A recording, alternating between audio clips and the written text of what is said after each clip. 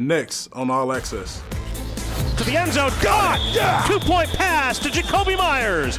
I was going to make it work for him. Whatever he needed, wherever he threw the ball, I made sure I could get there as best as I could. Time now for the Belestrator.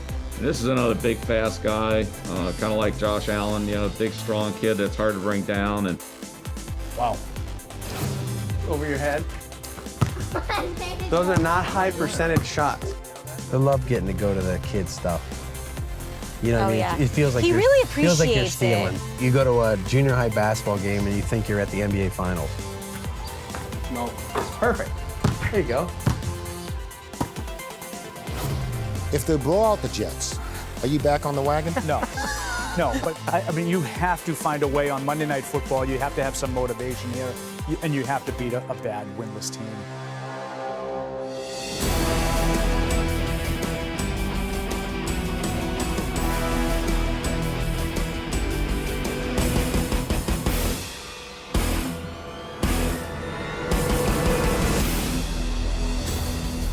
A better all-around performance, but too many critical mistakes doomed the Patriots in Buffalo.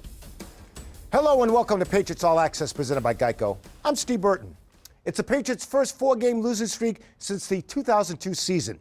To try and break that streak, they'll travel to the Meadowlands for a Monday night matchup with the winless New York Football Jets.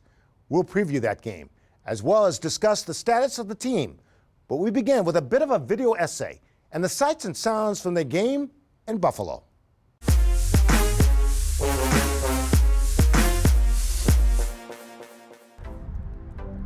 It's a city that takes pride in its football team, a city desperate for better times on the field. This rivalry, 60 years in the making, is important to their citizens. For the past 20 years, the rivalry was one-sided. But change was in the air. One team, up and coming, sat atop the division. The other team, proud and determined to get back to the divisional chase. This is going to be a huge challenge for us on the road. The top team, we got to really bring our A game coming off 3 straight losses. So I think for us, we are backs against the wall. Like, we got to go out there and play well. Beautiful day, Johnny. Mother Nature intervened and wouldn't make it easy on either club. Howling winds, annoying rains. This game would be fought in the trenches. We all know it's time to look in the mirror, fellas. It's time to look in the mirror. It's on us. Play game. Offense. Holding. All start. Offense. Uncharacteristic sloppy play would be the Patriots' undoing early on. In spite of those mistakes, a field goal to end the half made it a 1-point game heading into the locker room.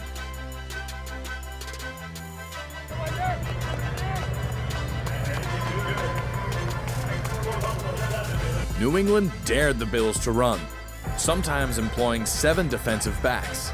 Run the Bills did, to the tune of 190 yards, and an 8-point lead early in the third quarter. The snap to Allen, turns and hands it to Moss, runs it right, turns it back up inside, driving the legs, pushing the pile into the end zone. Tough running for a Buffalo touchdown. We got to do our part better. All right? That's what we got to do. Then, it was New England's turn to run it. From the offset eye, give to Harris, runs up the middle, across the 15, cut left at the 10, he's gone! Touchdown, Patriots!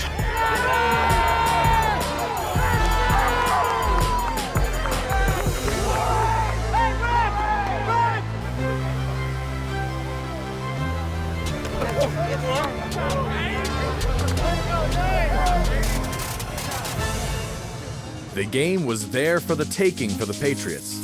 They moved 60 yards in 11 plays. At worst, a game-tying field goal was in their grasp. He takes the step. He's going to run it to the left, turns upfield across the 45 to the 47 step, runs it to the 35-30, and he's brought down by Poyer. Then disaster, and the ball game slipped through their hands. Cam turns upfield across the 15. Newton lost it, fumbled at the 12-yard line, and the Bills recover. And the Patriots have now lost 4 straight. They have now fallen to 2-5.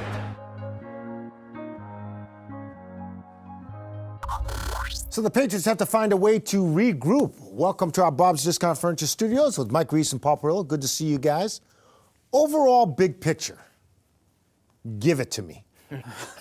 Where do you put this football team when you look overall big picture? Yeah, well, I mean, certainly I think we have to step back and, sort of change some of the ways we normally look at the team. We're always, at this time of year, Mike, we're looking at playoff positioning and seeding and buys and stuff. And obviously those things aren't necessarily on the table right now. It's a little bit of a reset year. I think that you're looking at, some of the things, some young players, getting an opportunity. But right now, I don't think you're necessarily worried about first-round buys, Mike. No. You're worried about trying to get this team better and making some improvements along the way. And when you think about the class of the AFC, Pittsburgh, Kansas City, maybe you put Baltimore in there, Tennessee maybe is in the conversation. Like, the Patriots aren't in that conversation right now. So when we say big picture, Steve, I think it's a second-tier team in the AFC that's still looking to find its way. All right, so going forward this season, what should the fans expect? Well, what I would like to see is maybe a continuation of what we saw in Buffalo. I thought the compete level was much higher. I mean, obviously it couldn't have been any worse coming off the previous game. And I like the way they played the game in Buffalo, Mike, but I'd like to see a little bit more of some of the younger guys that, like a Jakobi Meyers. I want to find out about some of these players, and I want to see them integrated a little bit into the game plan, not just out there, but performing. Josh Uche is a kid who made his NFL debut. Didn't see nearly enough of him. So I think, what can we expect, Steve? I think we could expect to see more of these sort of different names than we're accustomed to playing down the stretch. Here's my Steve Burton honorary optimistic thought for you right Go there ahead. with the Patriots. Give it to me. 2-5, not a good record. Right. But they were 5-5 in 2001 when they sort of caught fire and won 9 games, and no one saw that coming. Do I think that's going to happen this year? No. But we have history to tell us something like that is possible.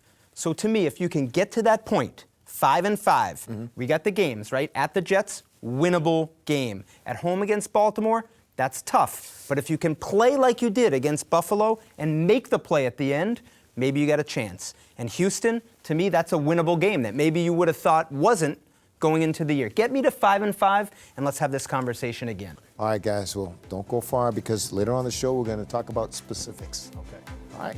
We'll be back with more Patriots All Access right after this. Coming up on All Access. We catch up with Patriots receiver Jakobi Meyers. Cam Newton was your 7-on-7 coach? Yep. And you Yeah. played for Cam. I did. And later, a visit with Josh McDaniels and his family. You have to keep reminding yourself now, this is not normal.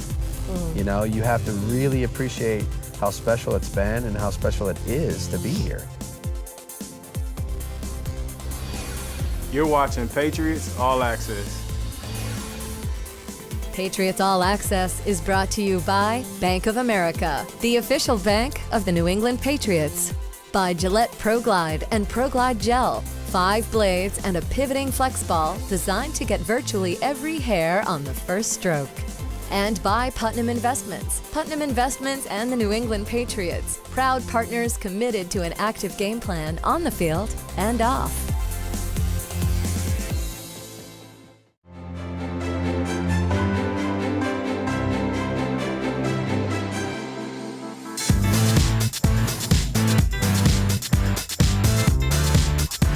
I'm Lauren Spencer, back with your Week 9 Patriots Social Media Minute. Halloween is behind us and we are on to November football. But these Patriots-inspired costumes deserve a moment. Fans across social media got pretty creative last weekend.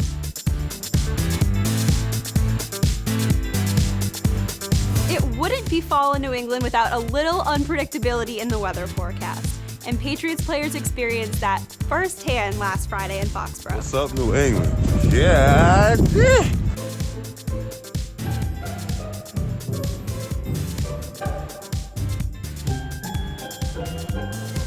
We all know Cam Newton is usually the one handing out nicknames around the locker room, but Stephon Gilmore was sidelined due to injury last week.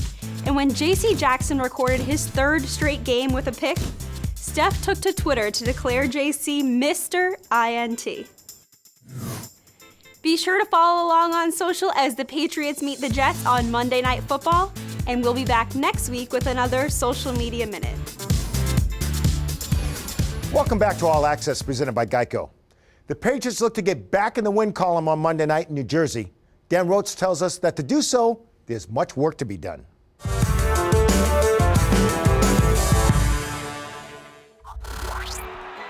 Lost it, fumbled at the 12-yard line. It was better, but in the end, Cam Newton and the Patriots came up short again. Coach trusts me with the ball in my hands, and I wouldn't want it any other way, and I just got to do a better job of protecting it. Despite their 2-5 record and 4-game losing streak, the players' resolve remains strong. We're not that far off, but we have to really pick up the assist for urgency really quickly if we want to turn this thing around. We have the guys in the locker room to do it. Just got to go out there and play to it. This 2020 season has brought opportunities for younger players such as Josh Uche, Damian Harris, and Jakobi Meyers, and they're taking advantage of it. Going out there and competing with this team is something that I'll never take for granted. Every day at practice, games, walkthrough, film, I mean, you name it. I'm glad to be here. I'm very thankful for this opportunity. You know, I have been since the day I was drafted. Ever since I got here, I've just trying to find a way to contribute, no matter how that is. And, you know, to finally get the opportunity, you know, it's definitely a great feeling. On the flip side, some players are seeing fewer opportunities, such as second-year man Chase Winovich. It's been situational. He'll play. He's a good player. He'll play. The Patriots bolstered their roster this week by acquiring wide receiver Isaiah Ford from Miami, signing wideout Dante Moncrief, and D lineman Ryan Glasgow to the practice squad, while also claiming defensive tackle Isaiah Mack off waivers from the Titans. As for Monday night's battle with the winless Jets, it's not about their opponent. It's all about this Patriots team getting better, faster. What are we going to do this week to go out there and make sure that we walk away from the stadium with the feeling that we want and not the feeling that we've had the last couple of weeks? J.C. Jackson is tied for the NFL lead in interceptions with 4. He's had a pick in 3 consecutive games. One more on Monday night. He'll tie the Patriots franchise record with Devin McCourty and Mike Haynes, the Hall of Famer, for most consecutive games with a pick. For Patriots All Access, I'm Dan Roach.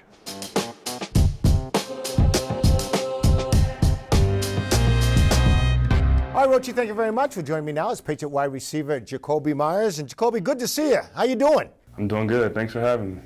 My pleasure. Let me ask you this right out of the gate. What is the biggest difference between year 1 and year 2? What would you say? Year 2, I felt like a chicken with my head cut off, honestly. It was so much information, so many different positions. I was trying to keep up, and now I feel like I come in, I know what I'm doing a little bit, I understand the game a lot better, and I can go out there and play the way I know how. So I can play fast, and I can be physical. You feel more comfortable is what you're saying? You know, with Coach Bill as our head coach, I got to be careful with that C word, but along those lines, definitely. I understand. Hey, you being a former quarterback, how does that help you as a receiver in the National Football League? Definitely. I see the plays big picture style, if that makes sense. Mm-hmm. A lot of people, they come in, they know their responsibility, but I try to see it from the full view. So I try to see what everybody has, why we running this play, who are we trying to affect on the defense. So it just helps me get a bigger understanding of the offense and being able to quickly pick up different positions. But you still have the mind of a quarterback, right? So Exactly. You're trying to get on his page. Is that correct? Right, exactly. So if he got to get the ball out of his hand fast, and I try to understand that as best as I can, you know. So I know how long I have to work a certain route. Hey, Cam Newton hasn't been here very long, but you have developed a chemistry with him. What's that been like, and how quickly were you able to develop that? I didn't have much time to decide. I'll probably take my time today. You know, I had to jump in and run with him real fast, or things would have probably got ugly for me, and I wouldn't have been able to capitalize on that opportunity that I was blessed to have. So, I mean, whether he was ready to flow with me or not, I was going to make it work for him. Whatever he needed, wherever he threw the ball, I made sure I could get there as best as I could. All right, so let's go back in time, shall we? Because here's what a lot of people don't know. Right. 7-on-7. Yes, sir. Back in, high school days? Yeah, that was high school days. It feels like a while ago, but I guess it's really not. Okay, so I need to explain this to people because Cam Newton was your 7-on-7 coach? Yep. And you played for Cam. I did. What was he like as a coach, and what was it like playing for the guy? Where I'm from, we all looked up to Cam. You know, it was like a superhero, honestly. it was a surreal moment to be able to meet somebody that me and a lot of my friends looked up to. And now that I play with them, it's just, life is funny, you know? So. Well, all right, let's fast forward the clock. Right. To Foxborough. Mm-hmm. When was the moment you went up to Cam and say, hey, Cam, I'm the kid that played for you on 7-on-7. My name is Jakobi Meyers. It's crazy because we were in the locker room one day, and he pulled out his phone and showed me a picture. I'm like, is that me? He was like, yeah, you remember this when you played for me? And I was like, man, that's crazy. Like, I'm surprised that he still, because he does it still, you know, so he's met a bunch of kids that's come through his program. He's helped out a bunch of kids, so the fact that he still remembered that was pretty cool, though. Hey, Jakobi, thank you very much, and good luck on Monday night against the Jets. Thank you, man. Thanks again for having me. I appreciate you. You got it. Yes, sir. Jakobi Meyers, I guess. We'll be back with more Patriots All Access right after this.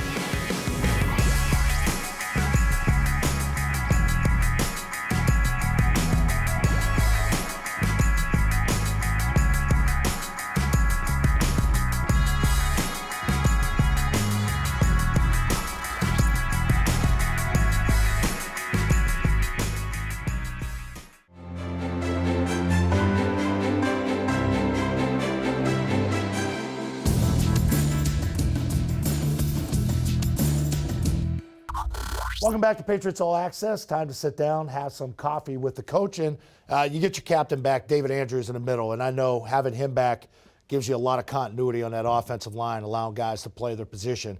You also get him back from a great leadership standpoint. He said, hey, we know what our record is, but this is not a bad team. Is that a fair assessment that he makes?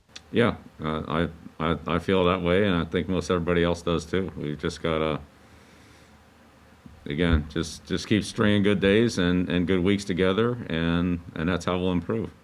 How tough is the balance for you? Because you're playing a lot of young kids, and you're only going to get better if you play, and experience is key in this league. But they will make mistakes, but your demands as a head coach, you have such a high level for those. What is that balance between some of the mistakes that you see and the demands that you put on your team throughout the course of the weeks? Well, I think it's incumbent on all of us to improve and get better. From the head coach to the coaching staff to all the players, young and old. Yeah, sure, there are mistakes made by younger players, but there's mistakes made by coaches and older players, everybody as well. So, we all just got to keep reaching to higher levels and to improve our performance and our consistency. It's really not about performance, it's about consistency, because we do things, we've all done things well enough at times, just got to be more often. So that's really the big thing is just to continue to develop that consistency, confidence, timing, and high level of execution. And if we can move that up, we'll be all right. Okay, Monday Night Football against the New York Jets. Obviously, they're 0-7, and a lot of people can make their commentary about them. You said earlier in the week they've gotten better since last year. What do you see in this football team when you look at the Jets that they've gotten better at since last year? Well, they're a young team, and they've given a lot of play time to those younger players, and those players are getting better. Starting with Darnold and the offensive line, defensively, their front, their pass rush has improved. They take the ball away. They're an aggressive team that tackles well. So they've done a good job of improving, getting better, and just you can see the coaching, the experience, and all those just moving up step by step. And they've been in a lot of tight games, and we know that feeling. So we know they'll be at their best on Monday night, and hopefully so will we. Coach, we got the Belestrator later, a little bit of Sam Darnold too. We're going to take a peek at? Yeah, you betcha. He's on there. All right, there you go. More Patriots All Access. We'll return after this, and then after that, we'll have the Belestrator for you. Coming up on All Access. Do you remember the original Tuna Bowl? We'll relive it. And later, the Belestrator. Well, they're a good red area defensive team. They've had some big takeaways down there this year. You're watching Patriots All Access. Patriots All Access is brought to you by Pepsi. That's what I like. Pepsi, the official soft drink of the New England Patriots. By the Dan O'Brien Auto Group. Come in to any Dan O'Brien Auto Group store today and get your awesome protection plan. Keeping it awesome. And by Bank of America, official bank of the New England Patriots.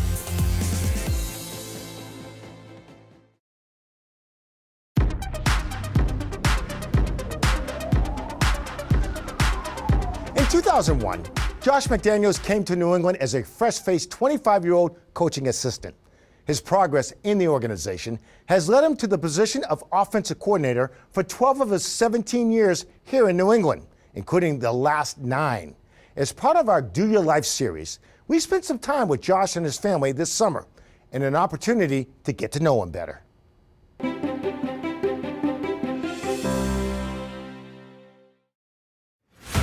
And don't be in a hurry if you need a little bit of a two-step there at the top to let him keep running and save yourself some room. Set, go, Liv. Off by a mile. Good eyes right at the top, bud. And let's make sure that we're aware of the scenario, okay? Over your head. Those are not high percentage shots. You excited to go to the Cape? Yeah. Yeah, me too. It'll be fun. I like family and definitely football, and that's the way I was raised. The way my dad grew up, and I think that's kind of how I took to that because that was the things I saw him like, and I like those things the most too. I went to Michigan State after John Carroll to be a graduate assistant for Coach Saban. We had a good season then, and he ended up leaving in November to take the LSU job.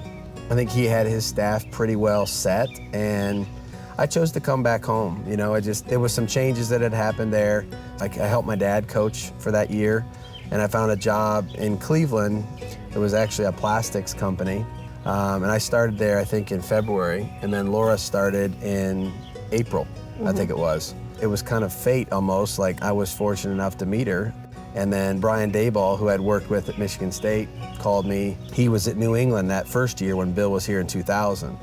And then he called me and he said, hey, we might have another entry-level job. If you're interested, I'll stay in touch. We'll see how it goes and all that. And so shortly after the season ended, I had an opportunity to come up here, and she came with me, and that was her first exposure to football. Got the phone call from Brian, he hung up and he said, do you want to go to Boston? And I said, I love Boston. I'd been to Boston a few times. I came to visit. I landed in about a waist deep of snow, and he drove me to the Residence Inn in Foxborough, and I was like, this is not Boston. It took about 7 years to finally settle in, embrace it, be super supportive all the time. But those were those really grinding years. I worked and he worked, and we made it work. And but it wasn't instant. I don't think it's instant for anybody. We were betting on the way we felt about each other. We were poor. We were poor. I wasn't poor before I moved neither here. was I, this made me but poor. We were poor here. I think the fact that we made it through the first year or two, where I wasn't even making enough to get an apartment. She actually had to come up here first and get a job or 2 jobs before we were able to actually afford an apartment. And we just kind of bet on that, and we were right. We got engaged at the Residence Inn. Yep.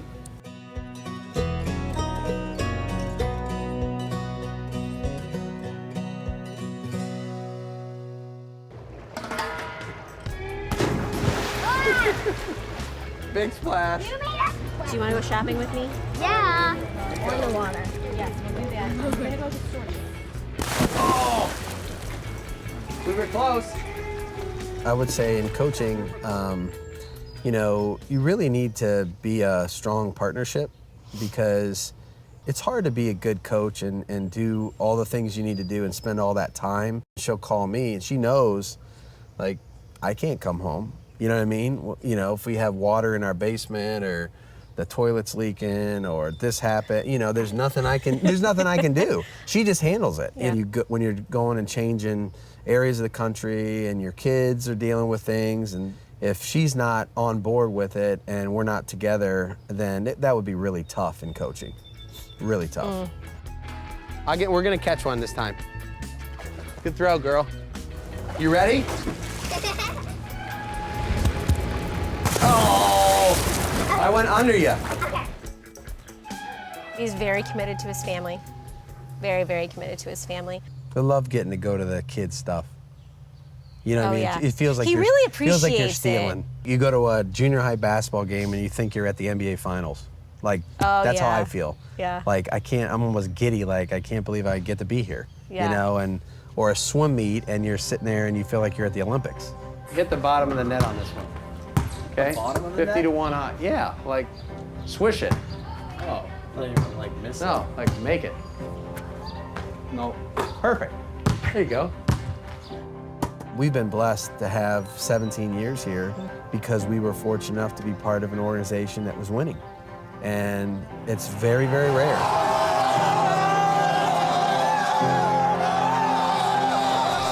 They just have been blessed just like we have. Right, and with so a lot of success. I think they just, you know, they don't understand. I think someday they will. I think when they get old enough to look back and go, you know, and they read about it or they, you know, or they're comparing eras or what have you, there'll be a time when they look back and go, Dad, you know, that was crazy that we were able to do that. You have to keep reminding yourself now, like, this is not normal. You know, you have to really appreciate how special it's been and how special it is to be here. We never could have envisioned. This is so much bigger, I think, than what we ever, even in our own personal lives, we just never saw all of this. And it's, I don't take a second of it for granted. And I would have absolutely still come to Foxborough in waist deep snow. Yep. Yeah. No doubt. Luckily, our winters are a little more mild now. No question. No question.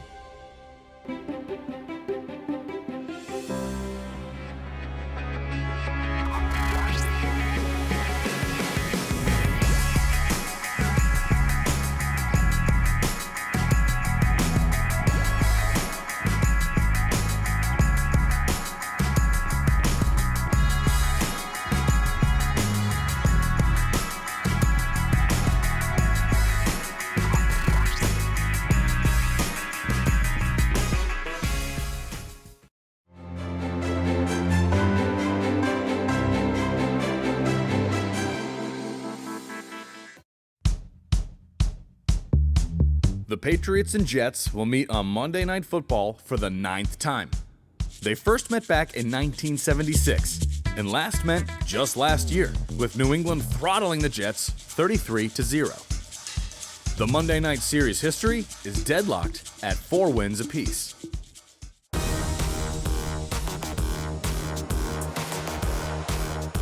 It was one of the most hyped regular season games in Patriots history. September 14th, 1997, for Tuna Bowl 1, where Bill Parcells brought his New York Jets team into Foxborough just 9 months after leaving New England to take on Pete Carroll and the Patriots. Curtis Martin carried 40 times, still a franchise record, for 199 yards. Drew Bledsoe threw 2 touchdown passes. Bledsoe back, throws, end zone, touchdown, Ben Coates!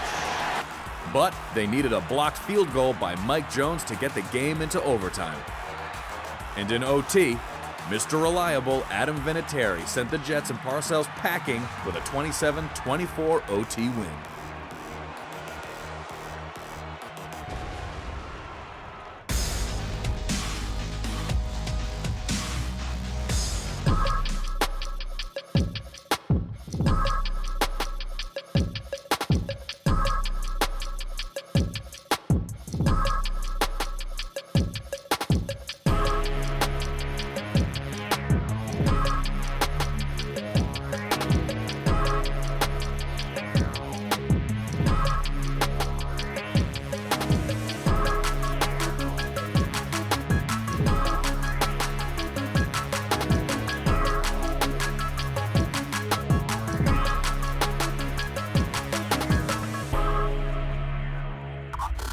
All right, time now for our opponent spotlight, brought to you by GEICO. Let's check in with the voice of the New York Jets, Bob Wachusett. Bob, let's get right to it. Sam Darnold, there's been a lot of questions about him. What can you tell us about Darnold heading into Monday night?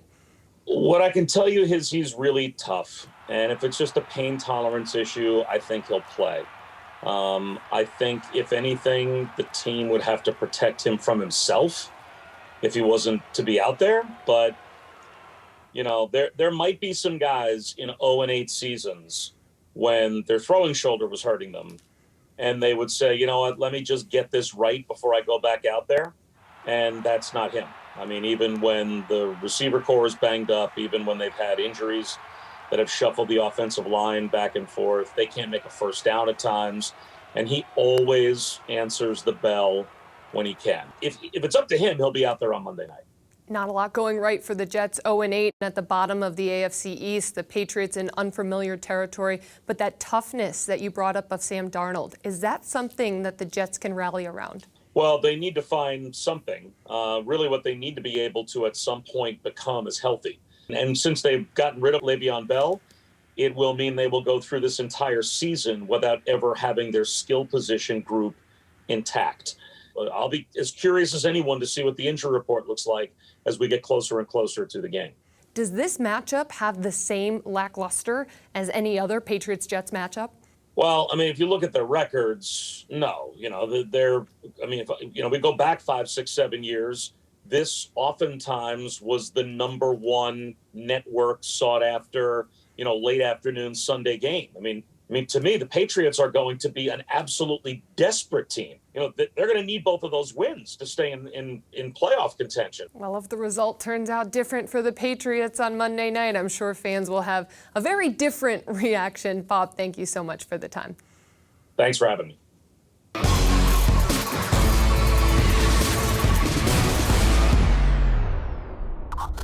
Welcome back to Patriots All Access. Time now for the Belestrator. Coach, a couple looks here at the New York Jets. We're starting with their defense. What are you looking at?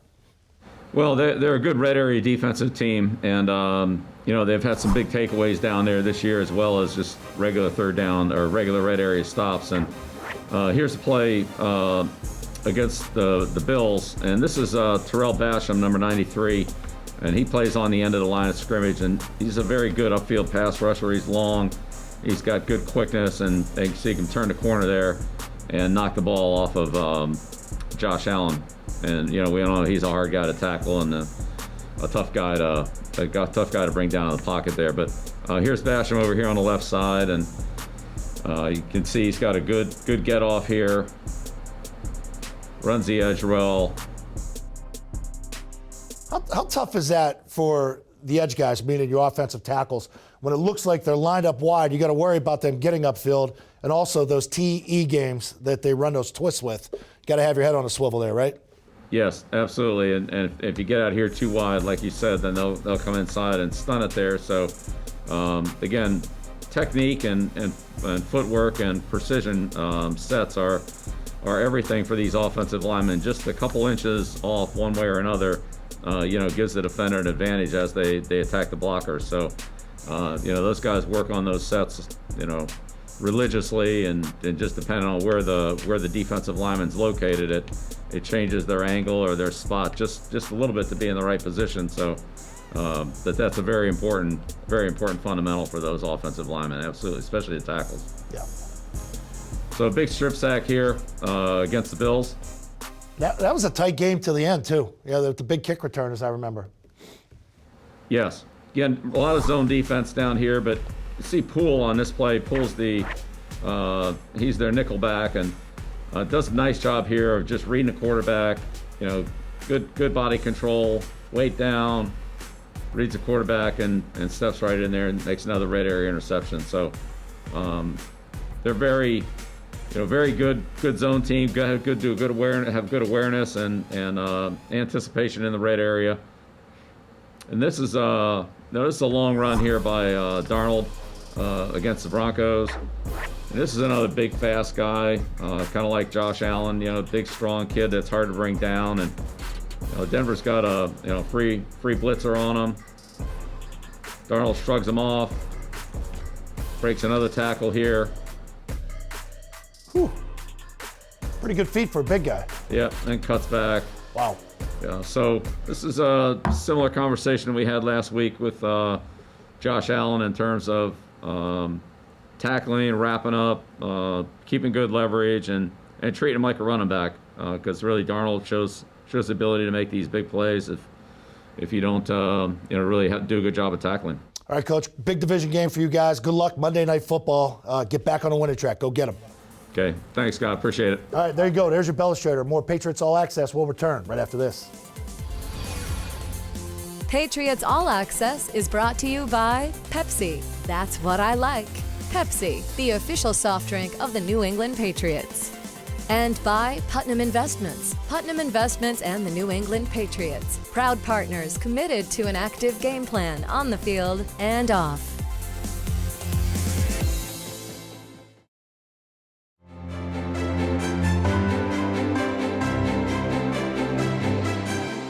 Welcome back to Patriots All Access in our Bob's Discount Furniture Studios with Mike Reese and Paul Perillo. Good to see you guys back again. You didn't leave. Let me ask you this. Is the quarterback for 2021 on the Patriots, is he on this team right now? Is he in the locker room? Yeah, I really don't think he is. And I'm not saying that all of the quarterbacks that are currently here will not be part of the team next year, but I think they got to figure out where they're going to go, and that's an off-season kind of a question. I'm sure that Bill, and Nick are thinking about things like that now, but to me, Cam, struck me as a one-and-done kind of a proposition. Even before he started playing, obviously, the production hasn't been there. I'm not sure why you would think it would change that much differently. And I think if we wanted to see Jarrett Stidham, Mike, I think you'd get more opportunities to see him now if they thought he was the guy. Yeah, I probably lean in your direction, Paul, but I'm going to give this a big TBD, to be determined, because if you had asked me after week 3 of the season, I probably would have said, I could see him bringing Cam Newton back. Like, this is going well after 3 weeks. And then it went downhill. Why did it go downhill? To me, I think part of it was the whole COVID disruption where he didn't have the practice. So I sort of want to see a little more of like what it looks like when he has the consistency of practice, because I was actually sort of optimistic after last Sunday's game. Well, I was going to say after last Sunday's game against Buffalo, I thought it started to look a little better. I agree. Specifically in the second half. But if you say Cam's a one-and-done type thing, do you go with Cam going forward? And why not find out what Stidham can actually do? It's a great question. And frankly, I think they should really find out if there's anything there with Stidham. Now, I'm not saying you pull the plug right now and you put Stidham in for the rest of the year. Maybe you give Cam a couple more weeks. But I also wonder, and Mike and I talked about this a little off air, I wonder if maybe Bill feels a little bit of an obligation to Cam. They came together very late in the process. For Cam, it was an opportunity to play. For the Patriots, it was an opportunity to get a quarterback at a very affordable number. And, those two things meshed. It worked. And maybe Bill said, I'm going to give you this year. He needs to resurrect his career. I'm going to give you the time to do that. That's a really good point, Paul. And I also wonder if they've almost turned a little bit in terms of how they view Jarrett Stidham. Because last year, he was the number 2, one snap away from taking over the team. And then this year, he opens as the number 3. So to me, that was very telling because it was almost like a regression of sorts. I mean, it was. How can you say it wasn't? I mean, he's one spot lower on the depth chart. And so I think there's more questions in their mind about Jarrett Stidham now than maybe there was last year when they actually had less information. I think that one might be headed in the wrong direction. You guys said you want to see some of the young guys going forward. I got to ask you this, Mike, because you get a chance to watch him play directly. Yeah. Chase Winovich. Yeah. What's the deal with him? Well, I'll lead off on this one, Paul. I mean, he only played 5 snaps in Sunday's game against the Bills. And to me, something doesn't smell right. Like my reporting sniffer tells me, like, is this really just about football? Because if you're telling me, your instincts, Steve, Pass the sniff test. It doesn't pass it, right? What's going on? Well, my sense is that it's more than just that he doesn't set the edge in the running game as well as they would like. Like, maybe there's a little bit of this guy's sort of like Rob Gronkowski when he was a rookie, a young kid, and we want to sort of, reprogram him a little bit. 5 snaps against Buffalo, and you're not stopping the run. So it's not like taking him out of the equation, Steve, has fixed it. I mean, they're struggling stopping the run. Maybe he was part of that, but he certainly wasn't the problem. Prediction time. If they blow out the Jets, are you back on the wagon? No. No, but this needs to be a get-right game of some sort. I know Mike and I have been periodically. The last couple games we've been periodically. We didn't That's last week, but we've periodically been looking for the get-right game. Yeah. I mean, you have to find a way on Monday Night Football. You have to have some motivation here, and you have to beat a bad winless team.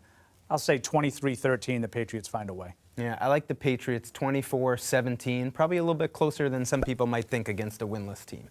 All right, guys, we shall see if you're right. I think we made him happy. Yeah. You did. Yeah. All right. Just come back with a win. That'll do it for this week's edition of Patriots All Access. For Mike Reese and Paul Perillo, I'm Steve Burton. Have a great week, everybody. See you later.